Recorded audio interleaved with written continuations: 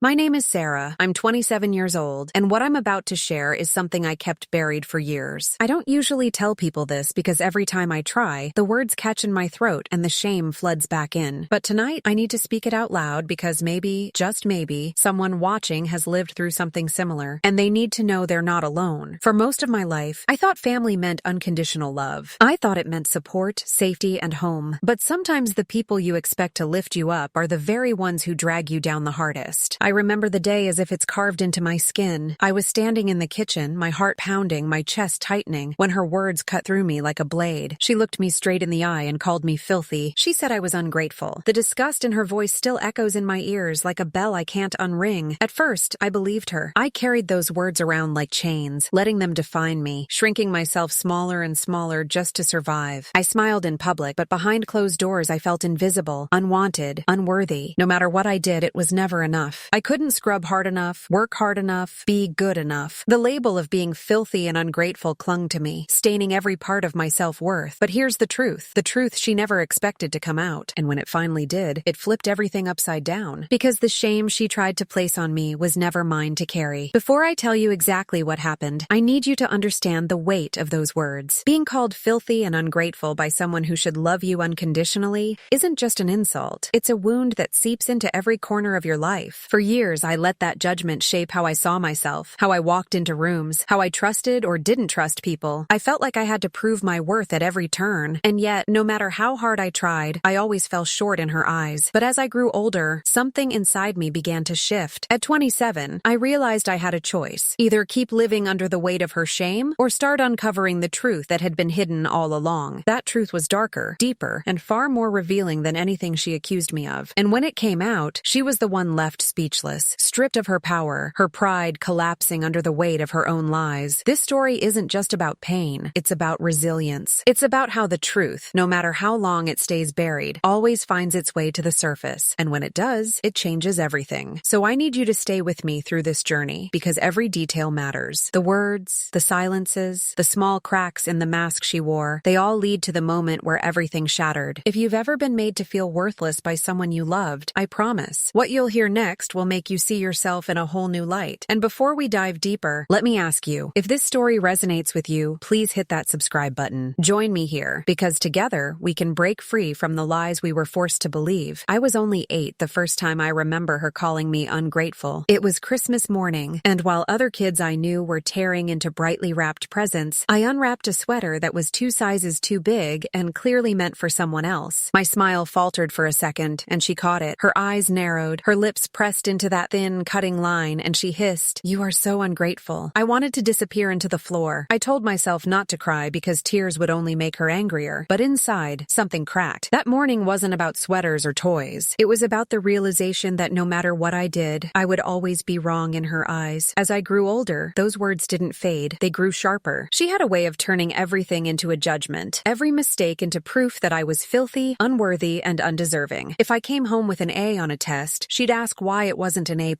If I cleaned my room, she'd run her finger along the baseboards until she found a speck of dust, shaking her head in disgust. Her voice was always in my ear, whispering that I wasn't good enough, that I didn't belong, that no one would ever truly want me. I carried her judgment like a shadow, even in places where she wasn't physically there. At school, people saw a different version of me. Teachers told me I was smart, friends thought I was funny, and sometimes I even believed them. But the moment I walked through the front door, all of that collapsed. Home wasn't a refuge. It was a stage where I was constantly tested and constantly failing. I used to dread hearing her car pull into the driveway. That sound meant the performance was about to begin again, and I would have to play the role of the inadequate child she wanted me to be. One day in high school, I brought home a drawing I'd worked on for weeks. It was for an art contest, and my teacher had told me it was one of the best pieces she had seen that year. I held it out to my mom, proud and nervous, hoping for just a flicker of approval. She barely glanced at it before saying, "Why would you waste your time on something like this? Who do you think you are, some kind of artist? You should be studying instead. You're so ungrateful for the opportunities I give you." My chest ached as I folded the paper and shoved it into a drawer. That was the last time I showed her anything I created. The word filthy became her favorite insult as I got older. If my laundry wasn't folded the way she liked, I was filthy. If the bathroom mirror had a single streak, I was filthy. She even said it when I wore clothes she didn't approve of, as if my very existence dirtied the space around me. I started scrubbing myself harder in the shower, sometimes until until my skin turned red, trying to wash away whatever she saw in me. But no matter how hard I tried, the feeling never left. I wasn't really scrubbing dirt off. I was scrubbing shame. I remember the nights most vividly, lying in bed, staring at the ceiling, rehearsing every word I had spoken that day, every movement I had made, trying to figure out what I did wrong. I thought if I could just anticipate her next criticism, maybe I could avoid it. But it was never possible. She always found something. It was like she needed me to fail so she could remind me how little I was worth. The exhaustion of never being enough wrapped itself around me like a blanket too heavy to push off. By the time I turned 16, I had learned to live in two worlds. There was the outside world where I smiled, laughed with friends, and tried to pretend everything was normal. And then there was home, where every word felt like walking through a minefield. I became hyper-aware of her moods, listening to the way her footsteps sounded in the hallway, watching the way she set her coffee cup down on the counter, trying to predict if the day would end in shouting or silence. Sometimes silence was worse because it meant she was storing up anger for later. The first boyfriend I ever had, Michael, told me I was beautiful. I didn't believe him. How could I when I had spent years being told I was dirty, unworthy, and disgusting? When he kissed me, I felt both elated and terrified. Part of me wanted to hold on to him, to believe that someone could see me differently. But another part of me braced for the moment he would look at me the way my mother did, with disdain, with disappointment. That fear was so ingrained in me that even when people were kind, I questioned their motives. Sometimes I wonder if she knew how much power her words had over me. Did she understand that when she called me ungrateful, she was planting seeds of self-hatred that would grow into tangled vines I'd spend years trying to cut away? Or was it just instinct for her, a way to deflect her own unhappiness onto me? I'll never know for sure, but what I do know is that the damage was real, and it shaped everything about how I saw myself and the world around me. There was one night, just before I turned 18, that I'll never forget. I came home late from a school event, and she was waiting in the living room, the lamp casting harsh shadows across her face. She didn't shout right away. She just looked at me with that cold, sharp stare and said, "You're filthy. You're ungrateful. I don't know how I ended up with a daughter like you." Something inside me broke that night. I went to my room, shut the door, and sat on the floor, my hands trembling. I wanted to scream, to fight back, but the words were trapped inside me. That night marked a turning point, though I didn't know it then, because soon the truth she had tried to bury would start to rise, and it would change everything. When I left for college at 18, I thought distance would heal me. I imagined that once I was away from her constant criticism, I'd finally be able to breathe, to rebuild myself piece by piece. And for a while it worked. I decorated my dorm room with bright lights, photos of friends, and posters of musicians I loved, things I would never have dared to put on my bedroom wall at home. For the first time, I felt like I had a space that was mine, but even hundreds of miles away, her voice lingered in my head. When I spilled coffee on my desk, I heard her calling me filthy. When I didn't ace an exam, I heard her calling me ungrateful. She didn't have to be there to haunt me. She had already moved inside me. Still, the further I got from her, the more cracks began to appear in her story. My roommate Kelly once laughed when I apologized for the 10th time in a single day. "Sarah, you're the cleanest, most considerate person I've ever met," she said. Her words stopped me cold. Was I really so filthy as my mother always claimed? Or had I been living under a lie for so long that I couldn't see myself clearly anymore? That question dug into me, keeping me awake at night. Whenever I visited home during breaks, the old patterns resurfaced instantly. It was as if the progress I made at school evaporated the moment I stepped through the front door. My mother would pick at me for the way I dressed, the way I spoke, even the way I laughed. But something had shifted in me. I no longer accepted her words as absolute truth. I started to notice the bitterness in her tone, the way her accusations seemed less about me and more about something she was trying to hide. One Thanksgiving, I overheard my aunt whispering to my grandmother in the kitchen. Their voices were low, but I caught fragments. "She's projecting, always blaming Sarah. If only people knew." I froze, a plate in my hands, my heart pounding. I wanted to ask them what they meant, but fear pinned me in place. The idea that my mother's cruelty might not be about me at all, but about her own secrets was terrifying and liberating. For the first time, I wondered if the shame I carried didn't belong to me at all. That winter, while looking for wrapping paper in the basement, I stumbled upon an old box labeled with my mother's name. Inside were yellowed letters, faded photographs, and a few official-looking envelopes. My hands shook as I opened one of them. It was a medical bill, dated years before I was born, addressed to her with notes scrawled in the margins. The handwriting looked frantic, almost desperate. I couldn't make sense of all the details, but it was clear she had been struggling with something long before I ever entered the picture. I shoved the papers back into the box when I heard her footsteps upstairs,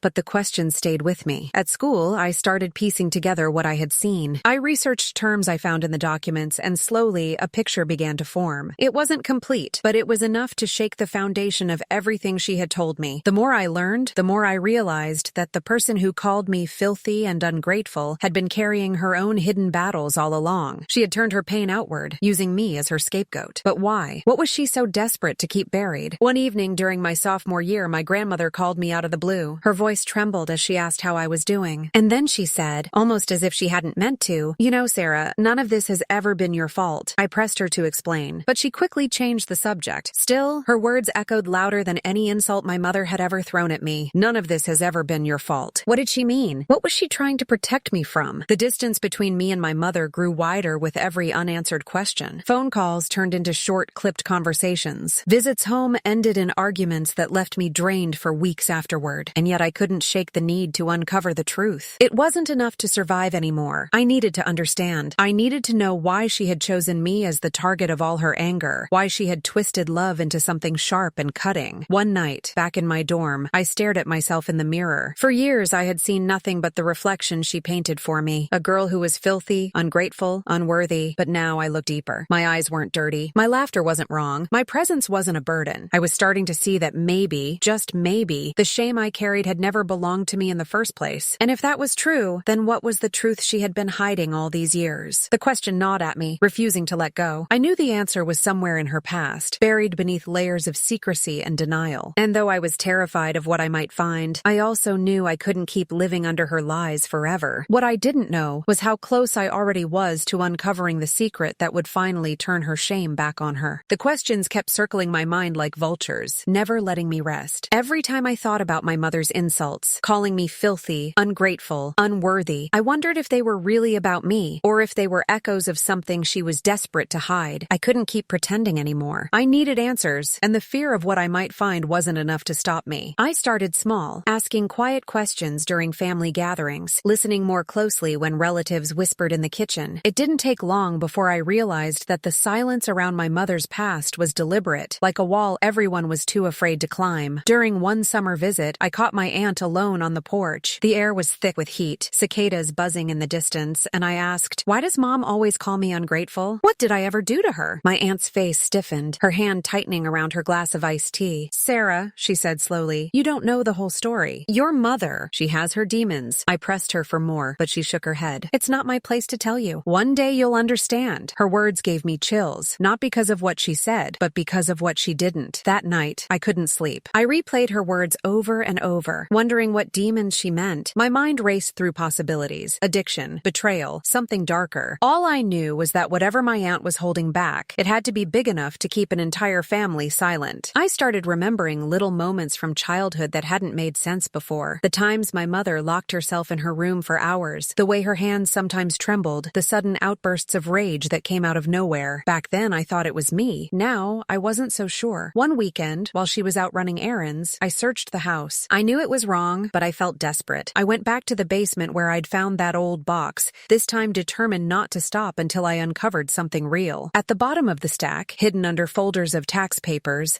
I found a small envelope with my name written on it in faded ink. My hands shook as I opened it. Inside was a letter, dated from the year I was born. It wasn't from my mother, it was from my grandmother. The words were hard to read, but one line stood out like fire. "She cannot take out her shame on the baby. Protect Sarah at all costs." My breath caught in my throat. What shame? What had my mother done, or what had been done to her, that was so unbearable it had to be buried? And why was I the one she targeted, the one forced to carry the weight of it? My chest tightened as I folded the letter back into the envelope. I felt both furious and terrified. Furious that the truth had been hidden from me all these years, and terrified of what it might mean when I finally uncovered it. At school, I started piecing together fragments with more determination than ever. I even called my grandmother, though she was hesitant to talk. Her voice shook as she said, "Your mother has always been afraid that the truth would make her look weak. But Sarah, the truth is not about you. Do you understand? It's about her." I wanted to scream, to demand she tell me everything, but she ended the call before I could. I sat there staring at my phone, my hands trembling, realizing that I was closer than ever, but still stuck in the shadows of half-truths. The pressure was building inside me. Every insult my mother had ever hurled at me, every time she called me filthy or ungrateful, now sounded less like truth and more like projection. I began to recognize her rage for what it was, a mirror of her own self-hatred. But mirrors only reflect what's already there. The question I couldn't stop asking was, what had she seen in herself that was so unbearable she needed to pin it on me? One evening, during another strained visit home, I decided to confront her directly. We sat in the kitchen, screen, the dim light casting long shadows across the table. My voice shook as I asked, "Mom, why do you always call me filthy? Why am I never good enough for you?" For a split second, something flickered in her eyes. Fear, guilt, maybe even sorrow, but then it hardened into the same cold glare I'd seen all my life. "Because you don't appreciate anything I've done for you," she snapped, but I saw it just for a moment. That flash of something raw and unguarded told me the truth was much deeper than her answer. After that, I started noticing more signs. The way she flinched whenever certain topics came up, the way she avoided talking about her teenage years, the way she bristled when anyone mentioned my father. Each silence was a piece of the puzzle, and the picture forming in my mind was darker than I wanted to admit. She wasn't just cruel, she was hiding something that had scarred her so deeply that the only way she could live with it was by placing the blame on me. One day, I found myself back in that basement again, staring at the box. I knew I couldn't stop, not until I had the full story, not until I understood why my life had been built on her accusations and lies. As I lifted the box, my heart pounded so loudly I thought it might echo through the house. I didn't know what I would find, but I knew one thing for sure. The truth was no longer something I could run from. It was already reaching out to me, demanding to be uncovered, and I was about to open the door to secrets that had been buried for decades. The box felt heavier than it should have, as if the weight of all the secrets inside was pressing against my chest. I carried it upstairs to my room, locking the door behind me before I dared to open it again. My hands trembled as I sorted through the contents. Old report cards, photographs curled with age, and letters that smelled faintly of dust and smoke. Most of it seemed ordinary at first glance, but the deeper I dug, the clearer it became that this was a carefully buried archive of a life my mother never wanted me to see. Among the papers was a bundle of folded envelopes tied together, with a ribbon so frayed it nearly fell apart in my hands. Inside were letters written in my mother's handwriting, but not to me. They were addressed to someone named Daniel. Each one carried a desperate tone, filled with words like, "Don't tell," "I can't let anyone know," and "If Sarah ever finds out." My heart pounded as I read those lines. Who was Daniel, and what did he know that I didn't? The letters didn't give direct answers, but the shadows they cast were enough to shake me to my core. I remembered asking my mother about my father when I was younger. She always brushed it off with a clipped, "He's gone, and that's all you need to know." I thought he had died, but the letters suggested otherwise. My throat tightened as the possibility unfolded in front of me. What if my father hadn't left by choice? And what if the story I had been told my whole life was nothing but a carefully constructed lie? I called my grandmother the next morning, unable to hold the questions inside any longer. "Grandma," I whispered, "who is Daniel?" There was a long silence on the other end of the line, the kind that makes your stomach twist. Finally, she said, "Sarah, some truths are too painful to carry, but it's not fair that you've been the one paying for them." My voice cracked as I begged her to explain,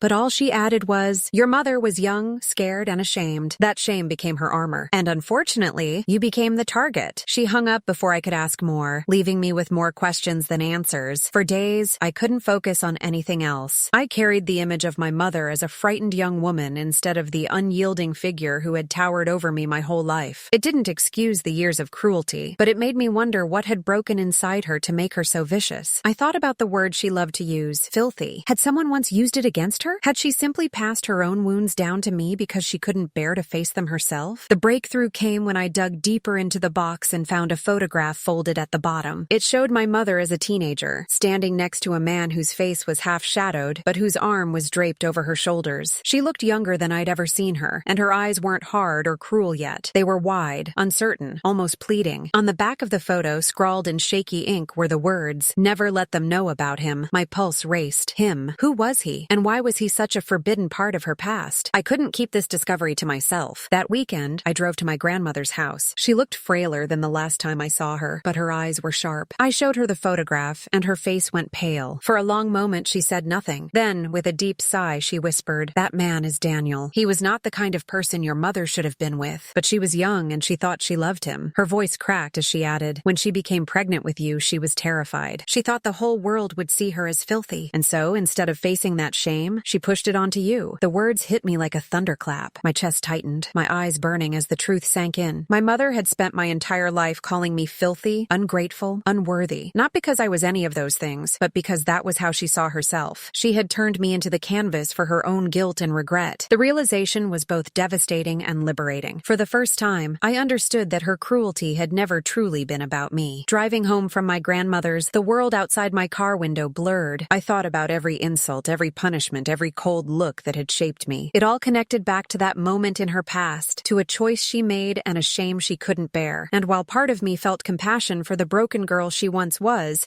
another part of me burned with anger. She could have healed. She could have chosen to protect me instead of projecting her pain, but she didn't. She let her shame become my burden. That night, I sat in my room staring at the letters again. For years, I had believed her words, letting them seep into my skin like poison. But now I knew the truth. I wasn't filthy. I wasn't ungrateful. I was the innocent bystander in a story that had started long before I was even born. And though I had uncovered so much, one question still pulsed through my mind. If she had gone so far to bury the past, what would happen when I finally confronted her with the truth? Sunday felt like Judgment Day. I drove to my mother's house with the box on the passenger seat, buckled in like a witness. The sky was a flat, colorless gray, the kind that makes every memory feel heavier. My hands wouldn't stop shaking, not from fear of a fight, but from fear of more silence. I had rehearsed a dozen openings, but when I stepped inside and smelled lemon cleaner and old dust, the words evaporated. She appeared in the kitchen doorway, arms crossed, chin tilted high. "What do you want, Sarah?" she asked. I kept my voice steady. The truth. She rolled her eyes, the familiar mask sliding into place. "Another lecture about gratitude?" she snapped, already reaching for a dish towel like a shield. I set the box on the table and lifted the ribbon-tied letters, the photograph, the envelope with my name. For a heartbeat, a flicker of panic crossed her face before it hardened again. "You've been snooping," she said, aiming for outrage and landing on tremor. "I've been surviving," I answered. "And I'm done surviving your story." Her jaw tightened. The clock above the stove ticked loud enough to sound like a countdown. "I found letters to Daniel," I said, sliding them across. "I found the photo. I found a note from Grandma the year I was born. Protect Sarah at all costs." The words made her flinch. She didn't reach for the papers. She stared at them like they were live wires. "What do you think you know?" she asked. I took a breath that hurt my ribs. "I know you were terrified. I know you felt ashamed. And I know you decided the easiest place to dump that shame was on me. Then call it parenting." She laughed, short, brittle. "You were always dramatic." I didn't look away. I pulled another stack from the box. Returned envelopes, child support checks stamped refused, certified letters from a lawyer. Her breath hitched. "He tried," I said softly. "Daniel tried to send money. He tried to meet me. Every letter came back because you sent it back." Her hand trembled as she reached for the counter edge. "You don't know anything about that man?" she whispered. "Maybe not," I said, "but I know you chose your pride over my right to be loved." The room went very quiet. Outside, a lawnmower droned somewhere down the block, ordinary life humming while mine tilted. She folded her arms, then unfolded them, searching for a version of herself that could survive this moment. "He was wrong for me," she said. "He was reckless." I nodded. Maybe he was. But keeping him from me didn't make me safer. It made me lonelier. And when you called me filthy, what you really meant was that you were terrified people would see the mess you felt inside. Her eyes flashed, the truth colliding with denial. I slid the last document forward, a report from Child Protective Services when I was 3, noting excessive clutter, unsafe pathways, strong odor, and recommending follow-up that never happened because the home was cleaned prior to second visit. She gripped the counter with white knuckles. "You let them into our home?" I asked. "You scrubbed the floors and hid the bags, and then called me filthy so no one would look at you." The sentence landed like a hammer. She covered her mouth, eyes glassing over. For the first time in years, she looked smaller than me. When she finally spoke, her voice was a rasp. "I was 19. My parents said I ruined everything," church ladies whispered. "Daniel promised forever until forever got hard. I couldn't be the girl who failed, and the mother who failed too." Tears slid down her cheeks, shaky and unpracticed. "Every time you laughed, it reminded me of what I lost. So I cleaned until my hands bled and still felt dirty. I sent those letters back because I wanted to erase him. I called you ungrateful because gratitude felt safer than grief." Her confession cracked something open. I listened, chest tight with 1,000 mixed feelings. Compassion tugged at me. Anger burned too. "I'm sorry you suffered," I said, steady as I could. "But you don't get to hand me your suffering and call it love. You don't get to name me filthy to keep your image polished." She nodded once, a broken motion. "What do you want from me?" she whispered. I swallowed. "Accountability, therapy, the truth, told to the family you trained to pity you. And I want the letters to stay with me. I'm done being the storage closet for your secrets." She sank into a chair as if the air had turned to stone. After a long silence, she nodded again, slower, eyes red-rimmed. "I'll call your grandmother," she said. "I'll tell her everything. I'll get help." It wasn't a triumph. It was a beginning that smelled like endings. I picked up the photograph and slipped it into my pocket. "I'm going to find him," I said. "Not because I need saving, but because I deserve answers." She didn't argue. For the first time, she looked at me without armor, and I saw something like respect. That night, I drove back through the same flat gray that had followed me in, but everything felt changed. The box rode in the trunk, lighter now that the lies had been named. I called my grandmother on speaker. She cried relief into my ear. I looked at the road ahead and felt the strange, holy quiet of a chapter turning. Tomorrow I would start searching for Daniel. Tonight I would sleep without her her voice inside my head. And in the morning, I'd tell you exactly what happened next and the choice I made that surprised even me. Because when the sun rose, my past finally stopped steering my hands, and I chose myself first, clean, grateful for breath, and ready to write the ending that belonged to me at last. When I look back now, I almost don't recognize the girl I used to be. I see her hunched shoulders, her quiet apologies, her desperate scrubbing of skin that was never dirty. I see the weight of words like filthy and ungrateful sitting heavy on her chest, shaping every decision, every silence, every sleepless night. And then I see her standing in front of her mother with trembling hands but an unwavering voice, demanding the truth. That girl became me, and in that moment, I realized something powerful. The shame I carried for years had never been mine to begin with. My story isn't about vengeance. It isn't even about exposing my mother. It's about learning that survival is not the same as living, and that silence only feeds the lies we inherit. My mother's cruelty didn't come from nowhere. It was born from her own unhealed wounds, her fear of being seen as less than perfect, her desperate attempt to bury a past she could never erase. But recognizing that didn't mean excusing it. For too long, I believed that understanding someone else's pain meant I had to accept their abuse. That's not true. Understanding and accountability can exist side by side. When I walked out of that house with the box in my trunk and the photograph in my pocket, I didn't feel triumphant. I felt free. Free to name myself clean, worthy, and enough. Free to look at my reflection without hearing her voice over mine. Free to chase answers about my father, not because I'm broken, but because I deserve to fill in the missing pieces of my own story. That freedom was something I gave myself when I stopped carrying the shame that was never mine. And here's the part I want you to hear most. Maybe you've been told the same words I was. Maybe someone in your life made you believe you were unworthy, ungrateful, dirty, or broken. But listen carefully. Those words are not the truth. They're a projection of wounds that don't belong to you. You don't have to live under them forever. You can put them down. You can choose to hand them back and say, "This isn't mine." That choice doesn't make you ungrateful. It makes you free. Sharing this story wasn't easy. Every sentence pulled at scars I tried to ignore for years. But I told it because I know how heavy silence can feel, and I don't want you to carry it alone. If my journey proves anything, it's that the truth, no matter how deeply it's buried, always rises. And when it does, it doesn't just expose pain. It makes room for healing. So if you've stayed with me this far, thank you. Thank you for listening to the parts of me I once thought no one could hear. And if this resonated with you, if you felt even a flicker of recognition in my words, then I hope you'll stay with me a little longer. Subscribe to this channel, not just to hear more of my story, but to walk with me as we all learn to put down the lies we were forced to carry. Because your story matters, your voice matters, and you deserve to be heard. This is the ending of one chapter for me, but it's also the beginning of something bigger, living without inherited shame. And if you're watching this right now, maybe it can be a beginning for you too.